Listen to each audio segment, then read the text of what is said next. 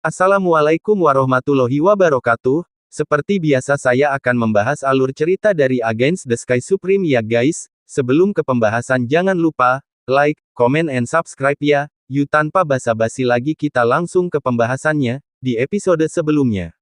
Sen Subing bertanya pada Tan Yun, "Guru, menurutmu, apakah Tan Yun menyukai muridmu ini?" Soalnya, dia biasanya tidak berani menyentuh murid ini, tetapi ketika dia melihat murid ini dalam bahaya, dia mengembangkan keinginannya untuk melindungi murid ini, ucap dari Sen Subing. Ahem, Tan Yun membersihkan tenggorokannya. Guru, jika Anda seorang guru, Anda bukan makhluk abadi, apakah akan mengetahuinya? Guru, bicarakan saja, kalau tidak, saya tidak akan memijat Anda di masa depan, ucap dari Sen Subing dengan nadanya sedikit centil. Oke, biarkan guru ini menebak, ucap Tan Yun.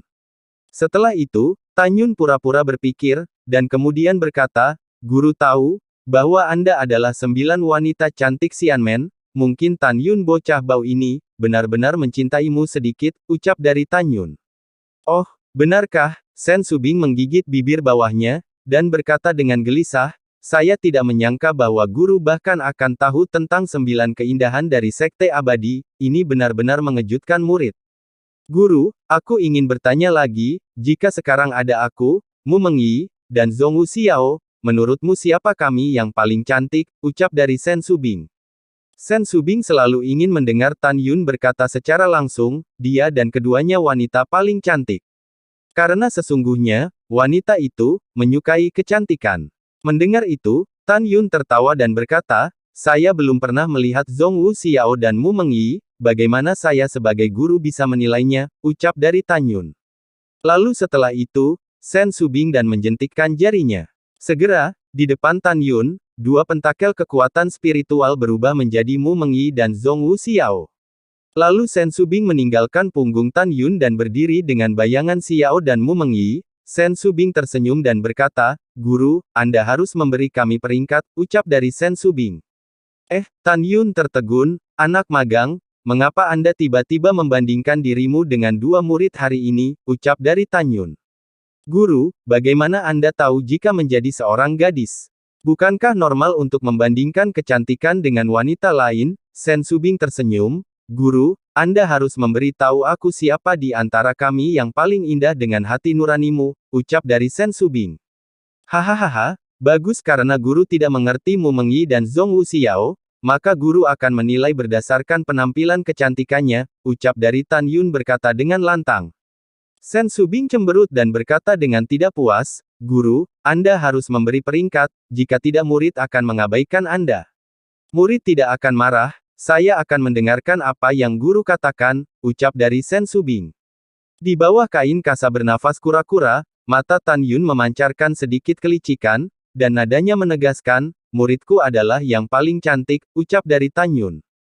Setelah berkata seperti itu, Tan Yun berkata dalam hatinya, "Mengyi, Xiao, meskipun Sen Subing berbeda dari kalian, dia tidak kalah dengan kalian, di hatiku, kalian bertiga tidak berperingkat," ucap dari Tan Yun di dalam hatinya. Hihi, hampir sama, hati Sen Subing tertahan, dia datang di belakang Tan Yun lagi, dan ketika dia memijat Tan Yun, matanya yang indah tiba-tiba melebar lalu melihat salju bulu angsa yang jatuh di luar aula, dia dengan gembira berkata, "Guru, salju turun sangat indah," ucap dari Sen Subing. "Tidak peduli seberapa indah, itu tidak seindah muridku," ucap dari Tan Yun ngagombal hahaha. Setelah berkata seperti itu, tiba-tiba, Tan Yun sepertinya memikirkan sesuatu, ada jejak kesedihan di matanya, dan kemudian berkata, "Subing, aku ingin melihat lagu dansa yang kamu berikan padaku 7 tahun yang lalu, bisakah kamu memberiku tarian lagi?" ucap dari Tan Yun. Sen Subing sedikit mengangguk dan berkata dengan bingung, "Guru, ada apa denganmu? Muridku merasa Anda sedikit sedih," ucap dari Sen Subing. "Subing, aku akan mengatakan yang sebenarnya, aku memiliki seorang istri, tariannya juga sangat indah, melihat milikmu membuat guruku memikirkannya," ucap dari Tan Yun. Mata Tan Yun menunjukkan pemikiran dan kesedihan yang mendalam. "Apa, istri? Bukankah dia satu-satunya tunangan dari Mu Mengyi dan Zhongwu Xiao? Dari mana asalnya?" ucap dari Sen Subing di dalam hatinya. Lalu kemudian Sen Subing dengan lembut, "Guru, siapa istri Anda dan di mana dia? Apakah dia cantik?" ucap dari Sen Subing. Tan Yun menghela nafas, dan sedikit air mata mengalir di matanya yang berbintang. "Dia cantik, dia telah jauh dari guru selama beberapa waktu yang lama, lama sekali," ucap dari Tan Yun. "Mengapa istrimu meninggalkanmu?" ucap dari Sen Subing bertanya dengan bingung. "Dia dibunuh oleh musuh guru," ucap dari Tan Yun. Suara Tan Yun menjadi dingin. Sen Subing bisa merasakan tubuh Tan Yun gemetar. "Subing, guru dulu hanya punya satu istri, tapi binatang buas itu membunuhnya," ucap dari Tan Yun lagi. "Guru, jangan sedih, muridmu ini akan memberimu tarian lagu," ucap dari Sen Subing.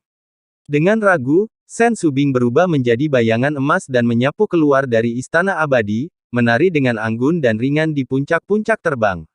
Pada saat ini, Sen Subing yang cerdas dari Bing Sui menyimpulkan bahwa Tan Yun adalah reinkarnasi dari kekuatan besar. Karena Sen Subing tahu detail Tan Yun, Sen Subing tahu bahwa Tan Yun lahir di kota Wang Yue, dan tidak ada wanita lain selain dua tunangannya Mu Mengyi dan Zhong Wu Xiao. Karena ada kata mendiang istri Tan Yun yang membuat Sen Subing semakin yakin bahwa Tan Yun adalah reinkarnasi. Sen Subing menahan kejutan di hatinya, postur menari anggunnya yang berkibar seperti peri, mekar di kepingan salju terbang yang diselimuti malam. Matanya yang indah menatap ke depan, bibir merahnya terbuka ringan, dan suara surga merdu dan bernyanyi, melayang di telinga Tan Yun yang baru saja melangkah keluar dari aula, dan untuk waktu yang lama, dia tidak memalingkan pandangannya. Suara nyanyian Sen Subing, liriknya yang memesona, dan sosok anggun Sen Subing yang menari dengan anggun di tengah salju dan aura yang lebat, menggambarkan keindahan yang tiada taranya.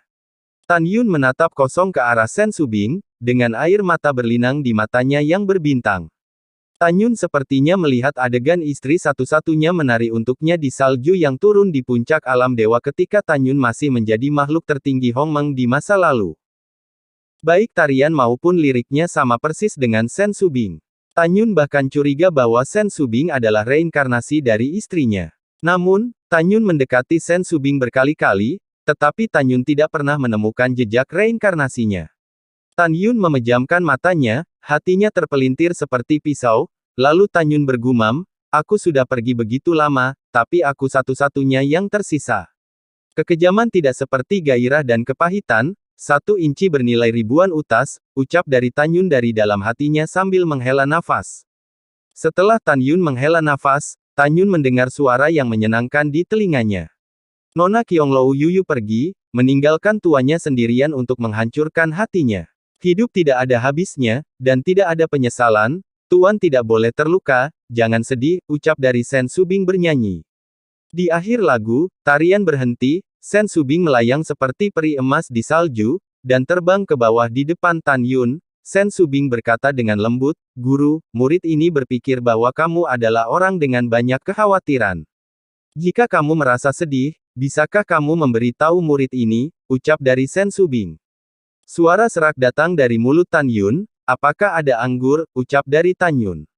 "Guru, tunggu sebentar di aula utama, murid ini akan pergi ke tetua kedua untuk mengambil anggur," ucap dari Sen Subing, lalu Sen Subing naik ke udara dan menghilang ke dalam langit bersalju menyelimuti malam. Setelah setengah jam, salju semakin tebal. Sen Subing membawa 2 toples roh, Sen Subing terbang ke atas puncak dan memasuki aula.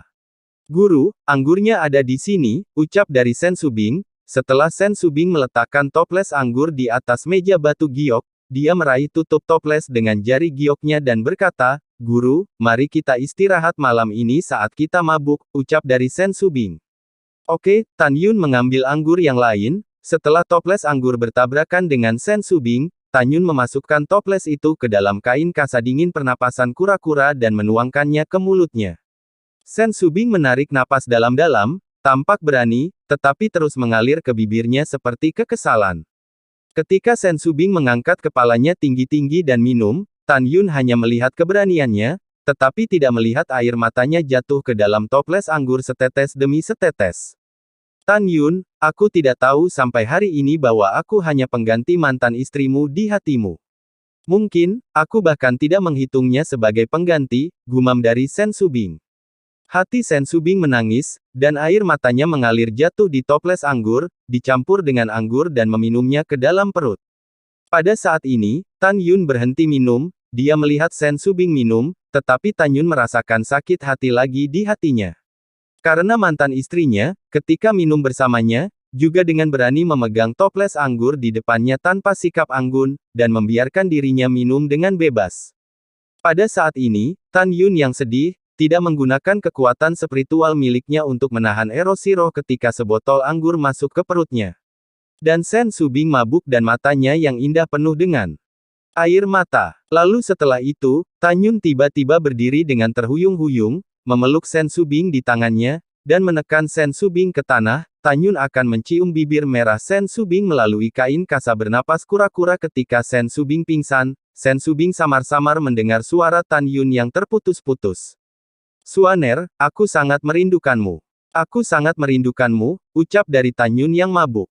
3 jam kemudian, Tan Yun terbangun dan menemukan bahwa Tan Yun masih menekan Sen Subing, hatinya menegang, dan berkata, "Ini berbahaya, mengapa aku mabuk begitu saja? Jika gadis kecil ini tahu tentang saya, ini bahaya," ucap dari Tan Yun di dalam hatinya.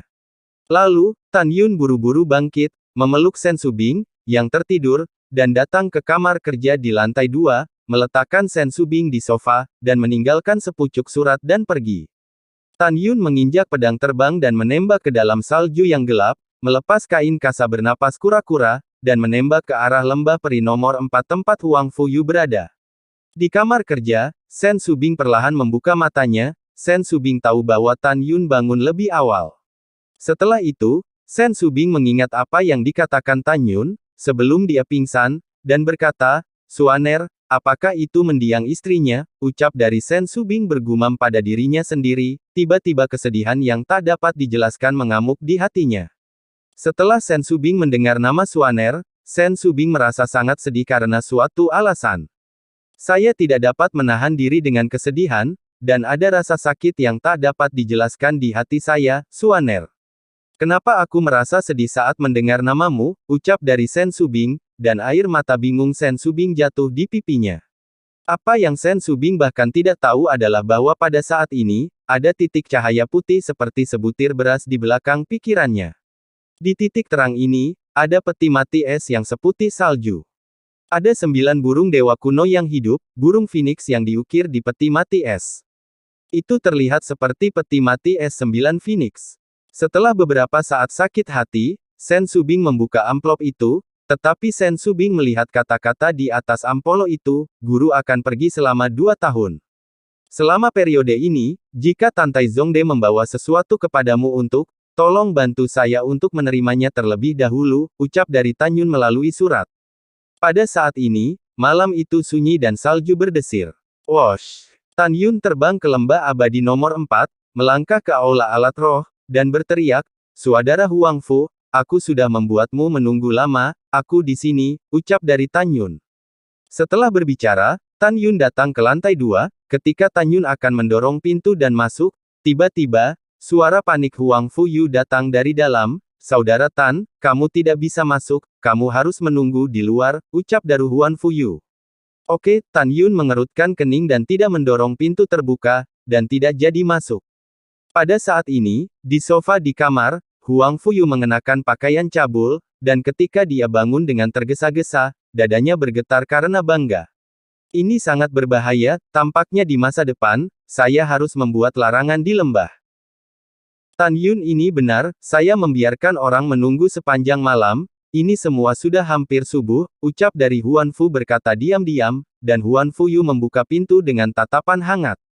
Ketika Tan Yun hendak memasuki ruangan, Huang Fuyu buru-buru berkata, "Saudara Tan, ada apa? Ayo pergi ke lobi di lantai pertama untuk berbicara," ucap dari Huan Fuyu. Mendengar itu, Tan Yun tertegun, dan berkata, "Saudaraku, karena kamu sudah keluar kamar, masuk saja ke dalam dan bicara, mengapa harus berlari ke bawah," ucap dari Tan Yun.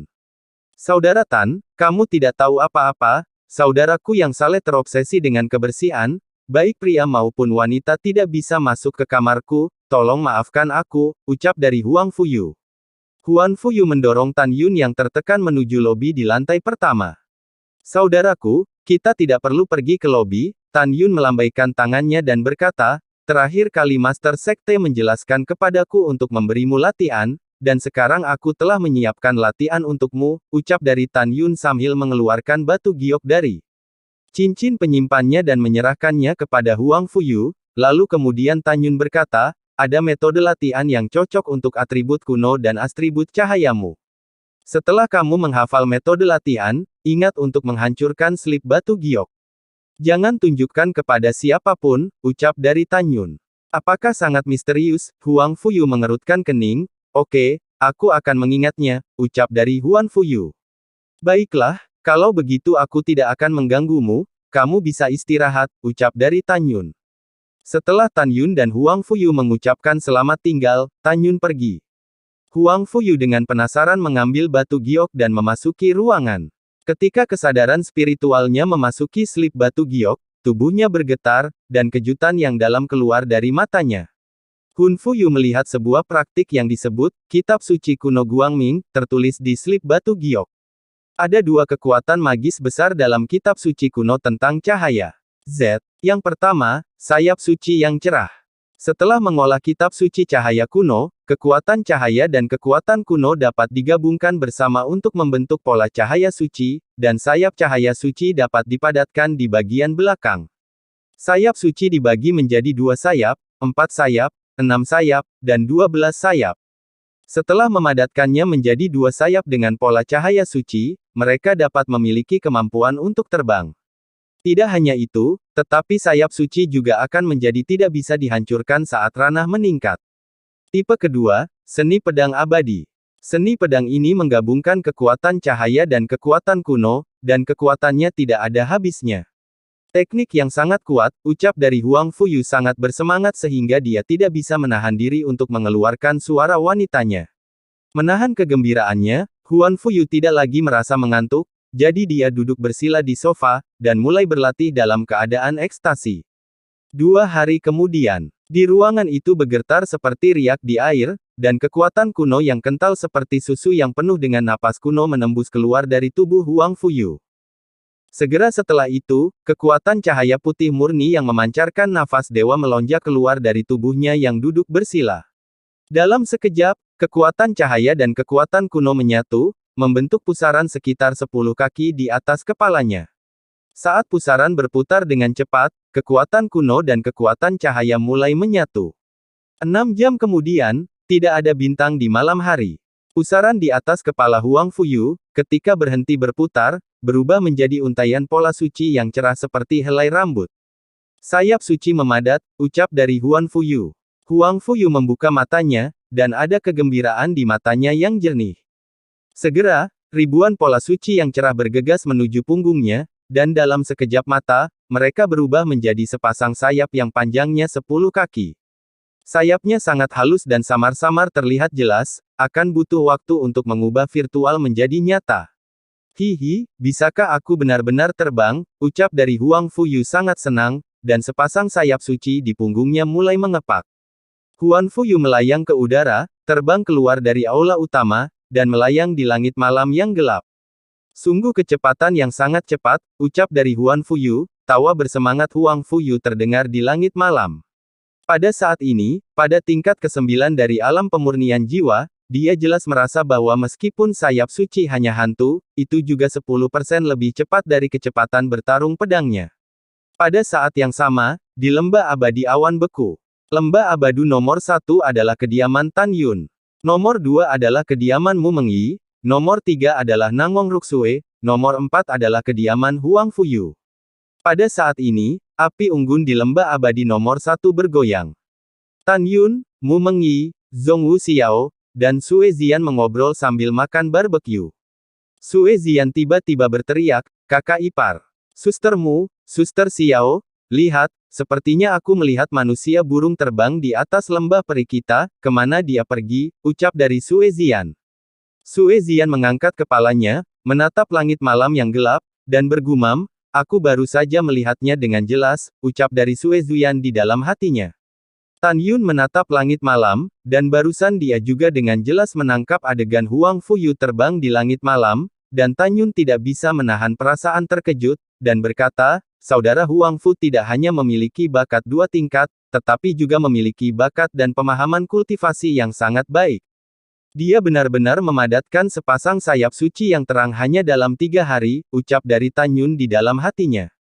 Keesokan harinya, pagi-pagi sekali, di dojo yang berjasa. Semua murid dari divisi berjasa semuanya telah tiba. Tan Yun adalah kakak laki-laki senior, jadi dia berhenti di depan para murid. Zhong Wu Xiao dan Sue Zian berdiri di samping para murid.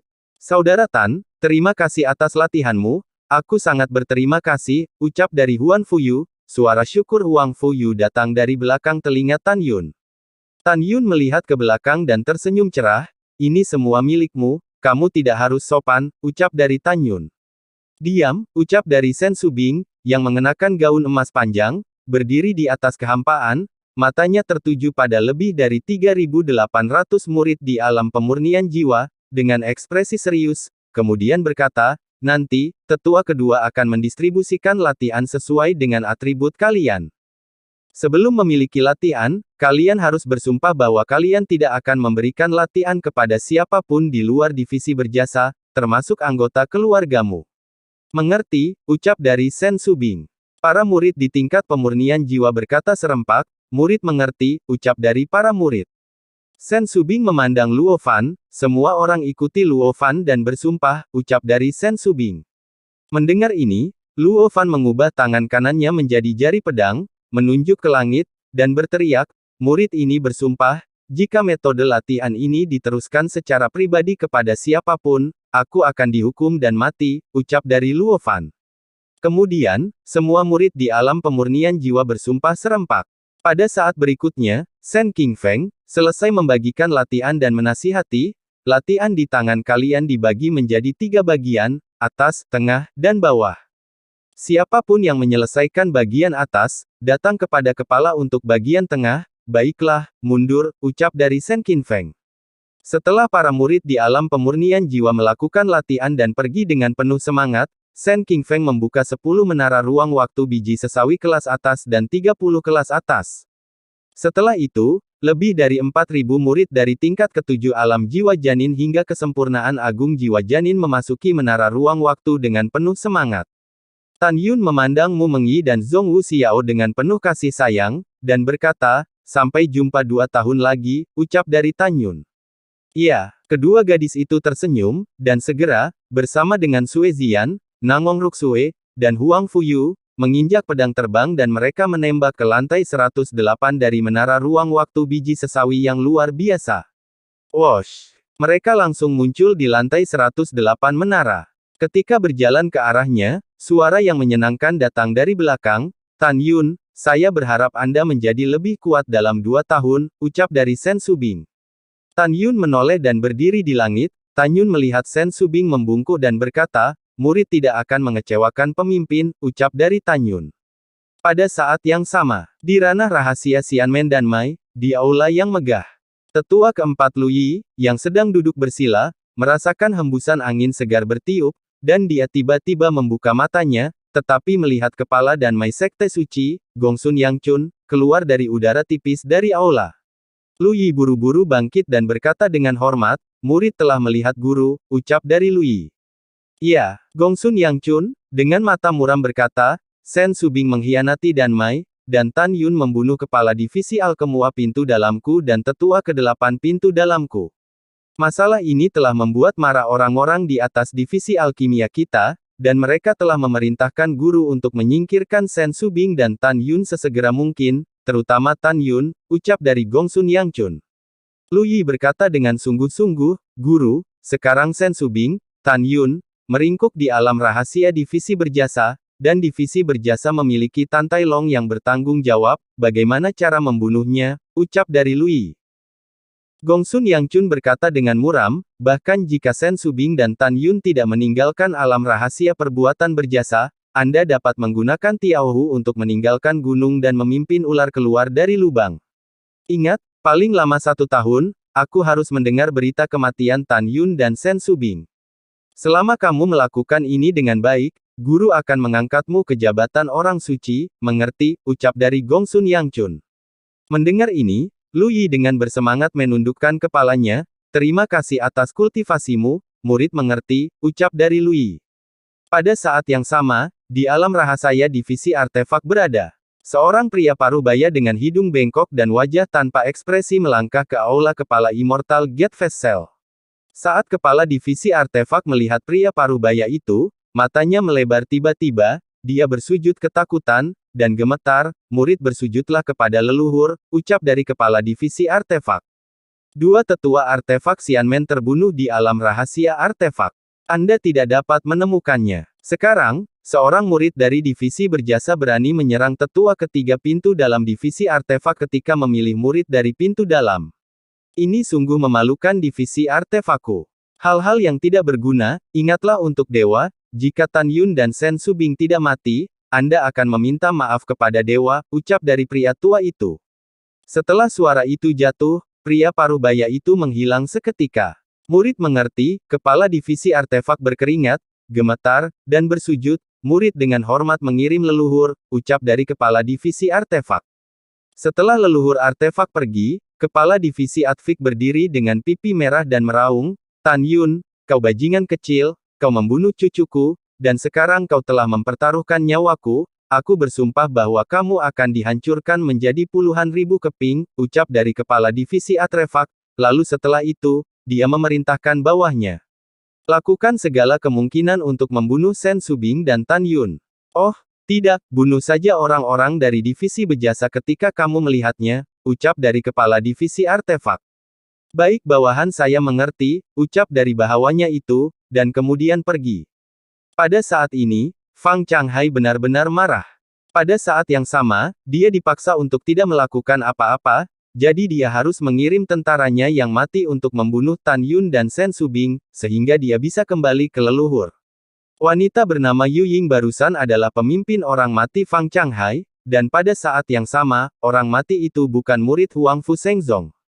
Dari sudut pandang Fang Changhai, bahkan jika orang mati itu tertangkap saat dia membunuh Shen Subing dan Tan Yun, dia tidak akan ditemukan di tubuhnya. Di alam rahasia divisi berjasa, di dojo berjasa. Di lantai 108 menara ruang dan waktu biji master tertinggi, Tan Yun duduk bersila, melakukan seni kondensasi Qi Hongmeng, dan dengan panik melahap energi spiritual surga dan bumi. Ketika Tan Yun berpartisipasi dalam kompetisi alkimia di gulir waktu Xing Yue sebelumnya, Tan Yun telah menyentuh penghalang lapisan ke-6 dari alam pemurnian jiwa.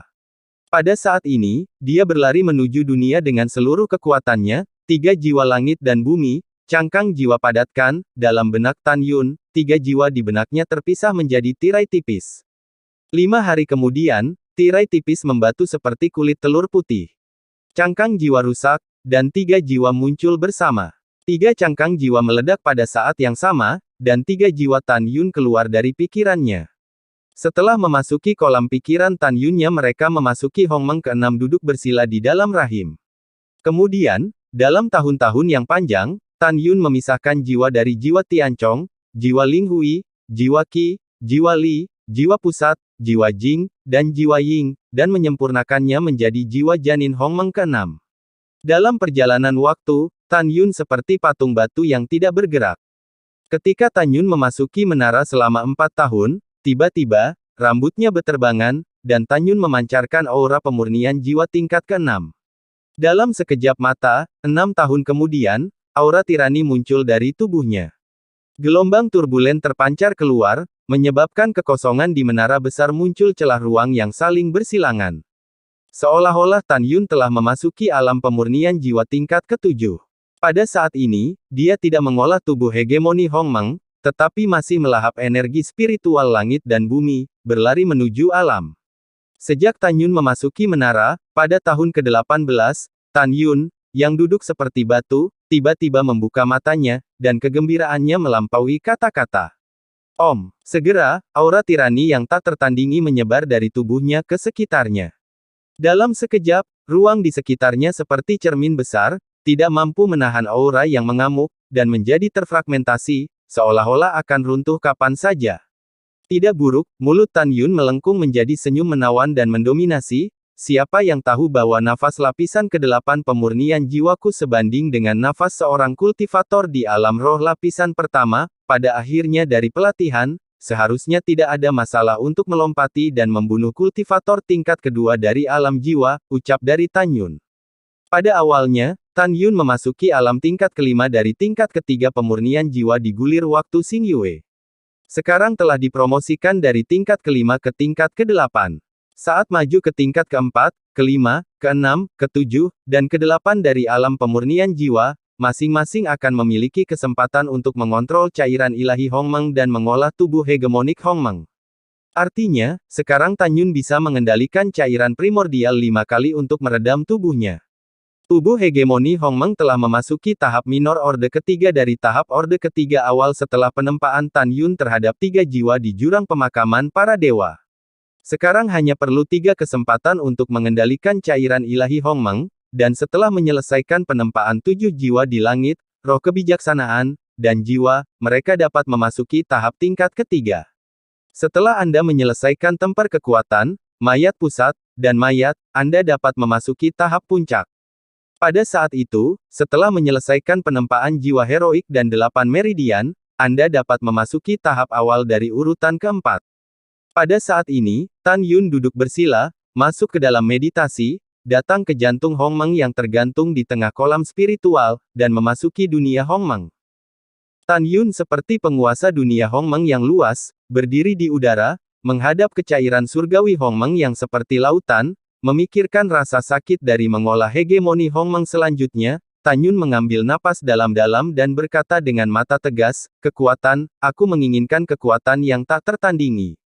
Hongmeng Divine Liquid, ayo, ucap dari Tan Yun. Saat Tan Yun memasuki peringkat ketiga tubuh hegemonik Hongmeng, sekarang Tan Yun dapat mengontrol 20 helai cairan Divine Hongmeng setiap kali dia marah. Tan Yun menggunakan 3 kesempatan untuk marah, dan dalam sekejap, 60 helai cairan surgawi Hongmeng, seperti 60 naga Hongmeng, bangkit dari permukaan cairan seperti lautan, berputar cepat di sekelilingnya, perlahan-lahan menembus ke tengah alisnya, dan mengebor jiwa Tiancong, jiwa Linghui, dan jiwa Qi di kedalaman pikirannya. Meskipun ketiga dari 7 jiwa ini tampaknya hanya seukuran kepalan tangan, ruang interiornya sangat luas, dan mereka dapat menelan semua cairan primordial ke dalamnya. Dengan temperamen 3 jiwa, fitur wajah tampan Tan Yun sangat terdistorsi, dan butiran keringat di dahinya terus menetes. Tan Yun menggertakkan giginya dengan kuat. Jiwa Tan Yun telah mengalami pukulan yang belum pernah terjadi sebelumnya, seperti dicabik-cabik dengan paksa. Setelah beberapa saat, Tan Yun bergidik, 7 lubangnya berdarah, dan dia hampir pingsan karena kesakitan. Setelah 3 tahun di menara, Tan Yun akhirnya menyelesaikan tempering Tiancong Po, Linghui Po, dan Qi Po. Tan Yun telah memasuki tahap ketiga hegemoni Hongmeng, dan memiliki kekuatan untuk menghancurkan harta karun kelas menengah dengan tangan kosong. Pada saat ini, Tan Yun masih memiliki 2 kesempatan untuk mengendalikan cairan surgawi Hongmeng untuk mengolah tubuh hegemoni Hongmeng. Tan Yun memasuki meditasi lagi, datang ke dunia Hongmeng, dan memanipulasi 40 cairan surgawi Hongmeng yang seperti naga, dan mulai meredam kekuatan dan roh sentralnya. Segera Tan Yun kesakitan, dan menghabiskan 2 tahun lagi dengan kekuatan penuh. Penempaan jiwa dan jiwa pusat selesai. Hari ini, di antara 3 jiwa dan 7 jiwa Tan Yun, hanya ada jiwa-jiwa yang baik dan jiwa-jiwa heroik, yang belum ditempa.